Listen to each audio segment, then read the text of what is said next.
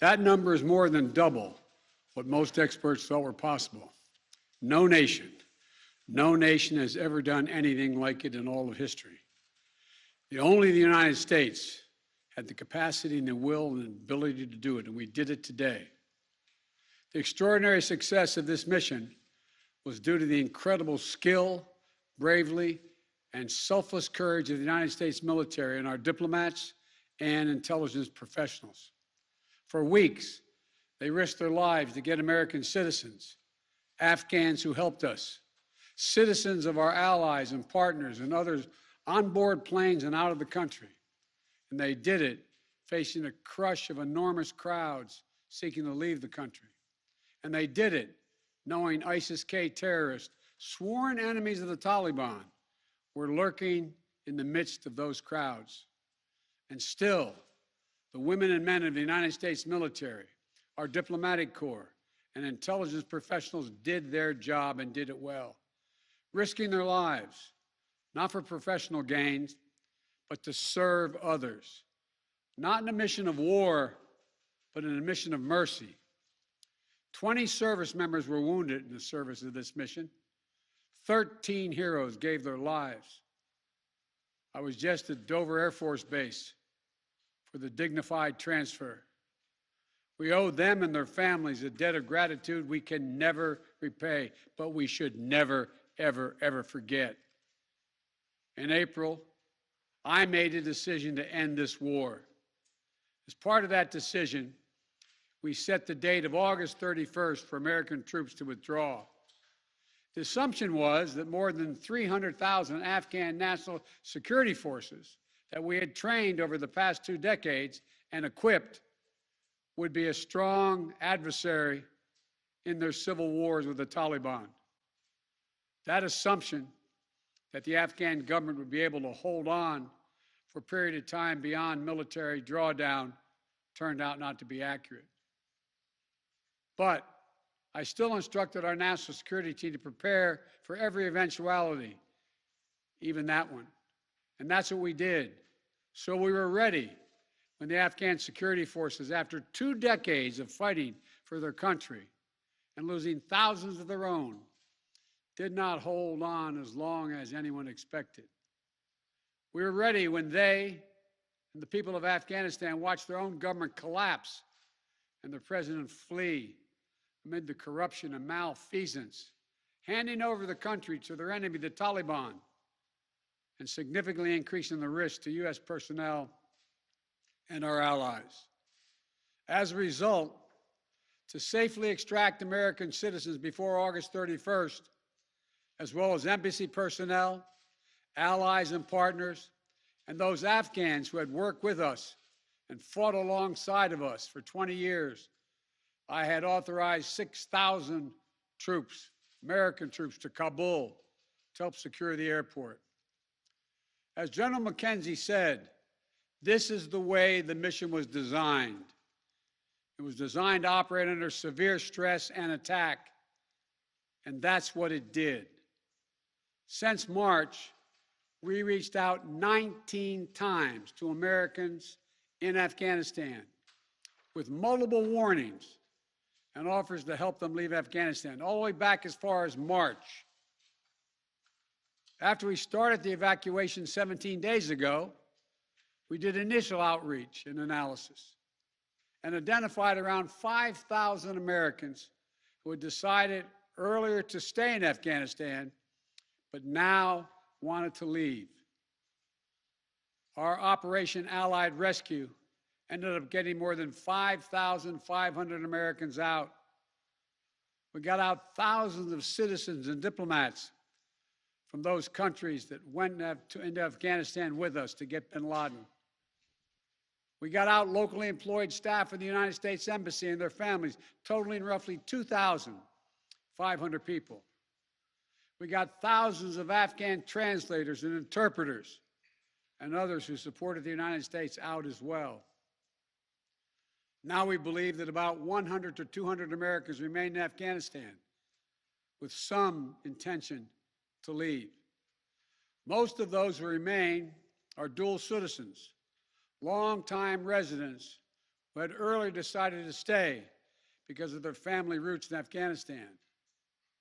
The bottom line, 90% of Americans in Afghanistan who wanted to leave were able to leave. And for those remaining Americans, there is no deadline. We remain committed to get them out if they want to come out. Secretary of State Blinken is leading the continued diplomatic efforts to ensure safe passage for any American, Afghan partner, or foreign national who wants to leave Afghanistan. In fact, just yesterday, the United Nations Security Council passed a resolution that sent a clear message about what the international community expects the Taliban to deliver on moving forward, notably freedom of travel, freedom to leave. And together, we are joined by over 100 countries that are determined to make sure the Taliban upholds those commitments. It will include ongoing efforts in Afghanistan to reopen the airport, as well as overland routes, allowing for continued departure to those who want to leave and deliver humanitarian assistance to the people of Afghanistan. The Taliban has made public commitments, broadcast on television and radio across Afghanistan, on safe passage for anyone wanting to leave, including those who worked alongside Americans. We don't take them by their word alone, but by their actions. And we have leverage to make sure those commitments are met. Let me be clear. Leaving August the 31st is not due to an arbitrary deadline. It was designed to save American lives. My predecessor, the former president, signed an agreement with the Taliban to remove U.S. troops by May the 1st, just months after I was inaugurated. It included no requirement that the Taliban work out a cooperative governing arrangement with the Afghan government. But it did authorize the release of 5,000 prisoners last year, including some of the Taliban's top war commanders, among those who just took control of Afghanistan. And by the time I came to office, the Taliban was in its strongest military position since 2001, controlling or contesting nearly half of the country. The previous administration's agreement said that if we stuck to the May 1st deadline that they had signed on to leave by, the Taliban wouldn't attack any American forces. But if we stayed, all bets were off. So we were left with a simple decision. Either follow through on the commitment made by the last administration and leave Afghanistan, or say we weren't leaving and commit another tens of thousands more troops going back to war. That was the choice, the real choice, between leaving or escalating. I was not going to extend this forever war, and I was not extending a forever exit. The decision to end the military airlift operations at Kabul airport was based on the unanimous recommendation of my civilian and military advisors, the Secretary of State, the Secretary of Defense, the Chairman of the Joint Chiefs of Staff, and all the service chiefs, and the commanders in the field. Their recommendation was that the safest way to secure the passage of the remaining Americans and others out of the country was not to continue with 6,000 troops on the ground in harm's way in Kabul, but rather to get them out through non-military means. In the 17 days that we operated in Kabul, after the Taliban seized power, we engaged in an around-the-clock effort to provide every American the opportunity to leave.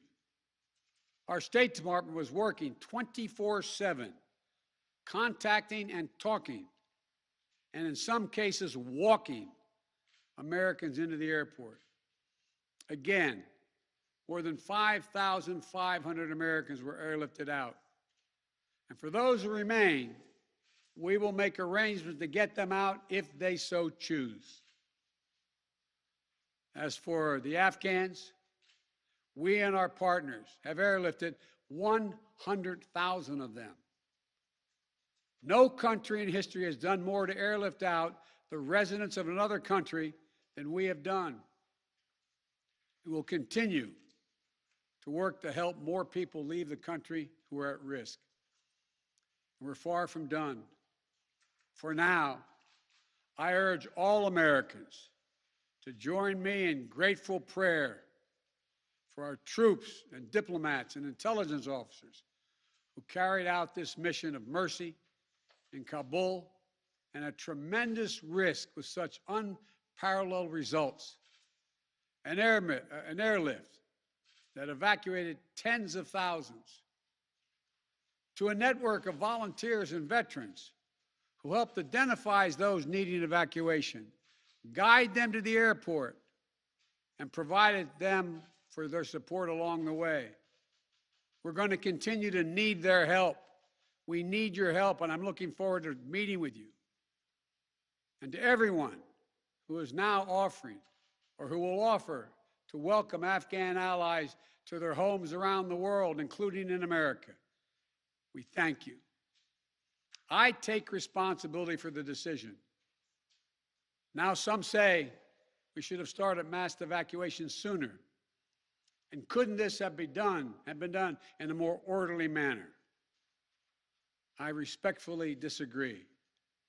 Imagine if we'd begun evacuations in June or July, bringing in thousands of American troops and evacuating more than 120,000 people in the middle of a civil war. There still would have been a rush to the airport, a breakdown in confidence and control of the government, and it still would have been a very difficult and dangerous mission. The bottom line is there is no evacuation from the end of a war that you can run without the kinds of complexities, challenges, and threats we faced. None. There are those who would say we should have stayed indefinitely for years on end. They ask, why don't we just keep doing what we were doing? Why do we have to change anything? The fact is, everything had changed. My predecessor had made a deal with the Taliban. When I came into office, we faced a deadline, May 1. The Taliban onslaught was coming. We faced one of two choices: follow the agreement of the previous administration and extend to have more time for people to get out, or send in thousands of more troops and escalate the war. To those asking for a third decade of war in Afghanistan, I ask, what is the vital national interest? In my view, we only have one: to make sure Afghanistan can never be used again to launch an attack on our homeland. Remember why we went to Afghanistan in the first place? Because we were attacked by Osama bin Laden and al-Qaeda on September 11th, 2001. And they were based in Afghanistan. We delivered justice to bin Laden on May 2nd, 2011, over a decade ago. Al-Qaeda was decimated. I respectfully suggest you ask yourself this question. If we'd been attacked on September 11, 2001, from Yemen instead of Afghanistan, would we have ever gone to war in Afghanistan? Even though the Taliban controlled Afghanistan in the year 2001? I believe the honest answer is no. That's because we had no vital interest in Afghanistan other than to prevent an attack on America's homeland and our friends. And that's true today. We succeeded in what we set out to do in Afghanistan over a decade ago. Then we stayed for another decade. It was time to end this war. This is a new world. The terror threat has metastasized across the world, well beyond Afghanistan.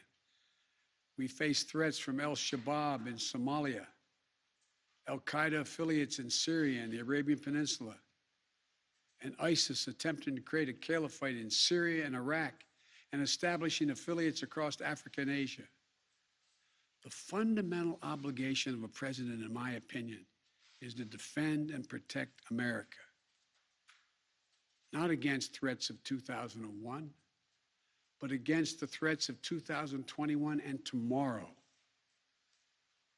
That is the guiding principle behind my decisions about Afghanistan. I simply do not believe that the safety and security of America is enhanced by continuing to deploy thousands of American troops and spending billions of dollars a year in Afghanistan. But I also know that the threat from terrorism continues in its pernicious and evil nature. But it's changed, expanded to other countries. Our strategy has to change too. We will maintain the fight against terrorism in Afghanistan and other countries.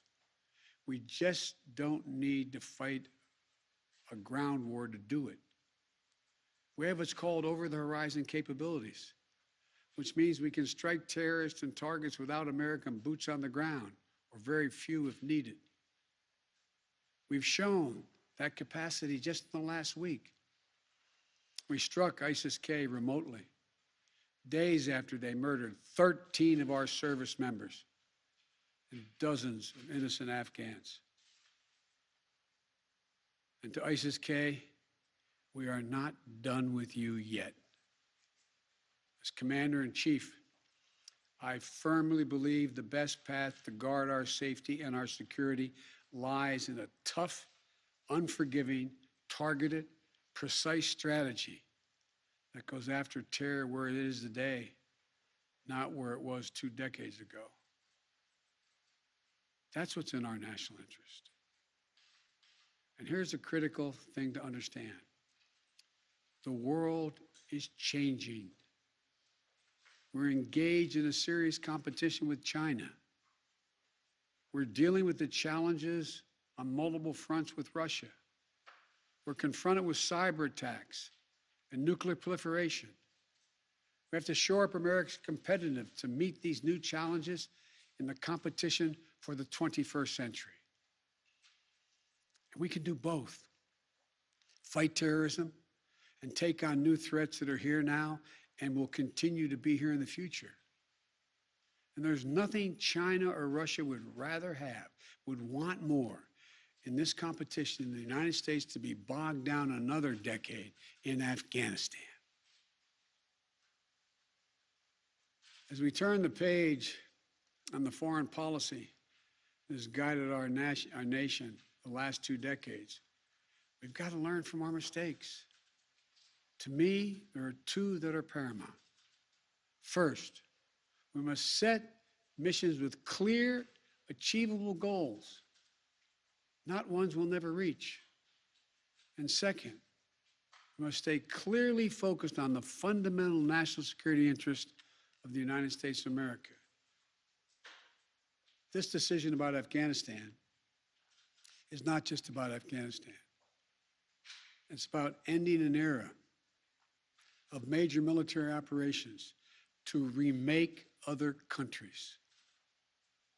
We saw a mission of counterterrorism in Afghanistan, getting the terrorists and stopping attacks, morph into a counterinsurgency, nation building, trying to create a democratic, cohesive, and united Afghanistan, something that has never been done over many centuries of Afghan's history. Moving on from that mindset and those kind of large-scale troop deployments will make us stronger and more effective and safer at home. And for anyone who gets the wrong idea, let me say clearly, to those who wish America harm, to those who engage in terrorism against us or our allies, know this: the United States will never rest. We will not forgive. We will not forget. We will hunt you down to the ends of the earth, and you will pay the ultimate price. And let me be clear, we'll continue to support the Afghan people through diplomacy, international influence, and humanitarian aid. We'll continue to push for regional diplomacy engagement to prevent violence and instability. We'll continue to speak out for the basic rights of the Afghan people, especially women and girls, as we speak out for women and girls all around the globe. And I've been clear that human rights will be the center of our foreign policy. But the way to do that is not through endless military deployments, but through diplomacy, economic tools, and rallying the rest of the world for support. My fellow Americans, the war in Afghanistan is now over. I'm the fourth president who has faced the issue of whether and when to end this war. When I was running for president, I made a commitment to the American people that I would end this war. And today, I've honored that commitment. It was time to be honest with the American people again. We no longer had a clear purpose in an open-ended mission in Afghanistan. After 20 years of war in Afghanistan, I refused to send another generation of America's sons and daughters to fight a war that should have ended long ago. After more than $2 trillion spent in Afghanistan, the cost that researchers at Brown University estimated would be over $300 million a day for 20 years in Afghanistan, for 2 decades. Yes, the American people should hear this, $300 million a day for 2 decades. You take the number of 1 trillion, as many say, that's still $150 million a day for 2 decades. What have we lost as a consequence in terms of opportunities? I refuse to continue a war that was no longer in the service of the vital national interest of our people. And most of all, after 800,000 Americans serving in Afghanistan, I've traveled that whole country, brave and honorable service. After 20,744 American servicemen and women injured, and the loss of 2,461 American personnel, including 13 lives lost just this week, I refuse to open another decade of warfare in Afghanistan. We've been a nation too long at war. If you're 20 years old today, you've never known an America at peace. So when I hear that we could have, should have continued the so-called low-grade effort in Afghanistan at low risk to our service members, at low cost, I don't think enough people understand how much we have asked of the 1% of this country who put that uniform on, willing to put their lives on the line in defense of our nation. Maybe it's because my deceased son, Bo, served in Iraq for a full year. Before that, well, maybe it's because of what I've seen over the years as senator, vice president, and president traveling these countries. A lot of our veterans and their families have gone through hell. Deployment after deployment, months and years away from their families. Missed birthdays, anniversaries, empty chairs at holidays, financial struggles, divorces, loss of limbs, traumatic brain injury, post-traumatic stress. We see it in the struggles many have when they come home. We see it in the strain on their families and caregivers. We see it in the strain on their families when they're not there. We see it in the grief borne by their survivors. The cost of war they will carry with them their whole lives. Most tragically, we see in the shocking and stunning statistic that should give pause to anyone who thinks war can ever be low grade, low risk, or low cost. 18 veterans on average who die by suicide every single day in America. not in a far-off place, but right here in America. There's nothing low grade or low risk or low cost about any war. It's time to end the war in Afghanistan. As we close 20 years of war and strife and pain and sacrifice, it's time to look to the future, not the past, to a future that's safer, to a future that's more secure, to a future that honors those who served and all those who gave what President Lincoln called their last full measure of devotion. I give you my word with all of my heart. I believe this is the right decision, the wise decision, and the best decision for America. Thank you. Thank you, and may God bless you all, and may God protect our troops.